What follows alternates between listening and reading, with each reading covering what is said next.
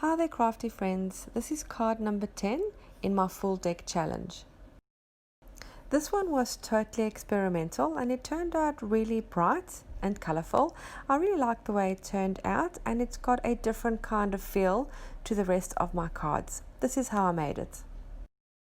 I start by adding a thin layer of clear gesso. This will allow me to add paint or other mediums later. If I did it directly onto the card with the glossy surface, the paint would just peel off or just scrape off. I'm going to add a little bit of collage just so it can add some texture once I add the color.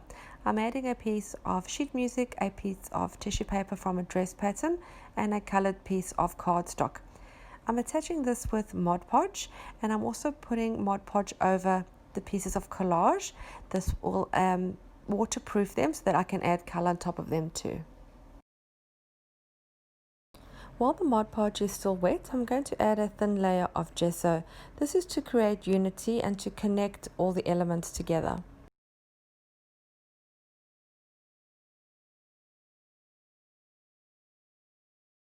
For the color, I'm going to start first with a gelato crayon in a bright pink.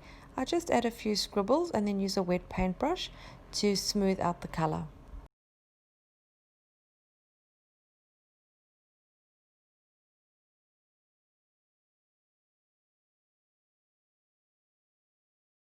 I want to add some contrast on this. I'm going to add some white gesso with my finger. Just in certain areas, it'll be a thicker white, more opaque, so it creates that contrast. I'm going to keep adding color in layers. So here I'm adding some more of the pink gelato crayon in different areas now and leaving it a little bit slightly darker. I'm using a white acrylic paint marker to create some scribbles on the card. It doesn't work very well. I do think I need to get a Posca pen, but as I add the layers as I go through, you'll see that it is creating those scribbles and they are visible and create a good effect. I love adding stamping, so I'm going to add some script stamp with a black ink. I now want to add some darker pink, so I'm going to use some acrylic paint that I'm going to smear in the bottom area with this palette knife. Like I said earlier, this was quite experimental, so I do try a few different things and some things work, some things don't.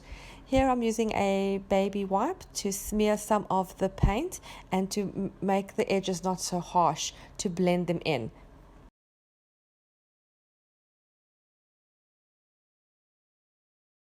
I felt that the piece needed some contrast, so I'm using my Ken Oliver Color Burst pigments to add some more intensity.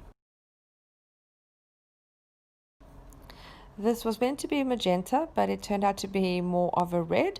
And as you can see in the background, the white pen that I used is actually resisting, which is leaving quite a nice effect.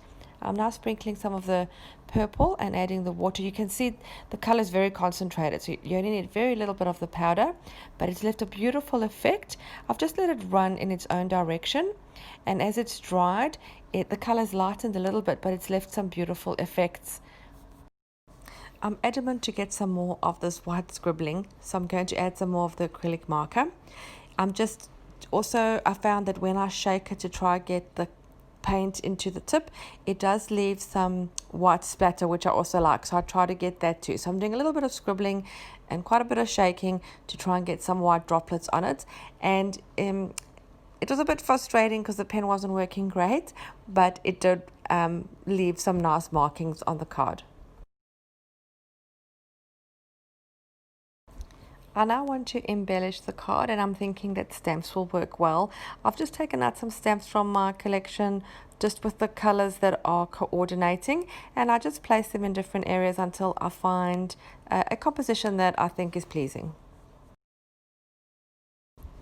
I'm gluing these down with a glue stick, and then I'm going to machine stitch over them in the middle just with plain running stitch to keep them in place and also to add some texture and interest to the card. But before I do that, I'm going to try this white pen again. I'm trying to frame them, and I just fiddle some more with this pen. I'm not quite sure why I'm trying so hard, but I really want that white contrast. And I have added to my wish list a Posca pen, which I think will work much better. There's those white droplets I was talking about that this pen actually makes accidentally while you're shaking it, but I do like the effect.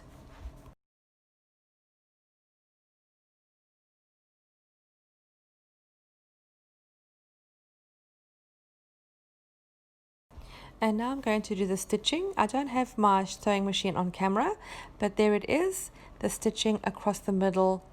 And I've left the strings really long for this one, just for something different.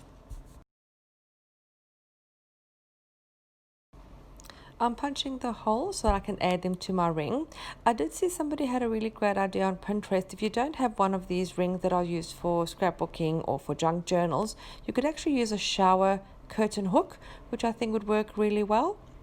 Please subscribe to my channel and hit the little bell button so you can be notified of all my new videos. Thank you so much for watching this video. I do hope you enjoyed it and got some inspiration to create your own cards. And please join me in the Full Decks Challenge. There's more to come. Thanks for watching. Bye.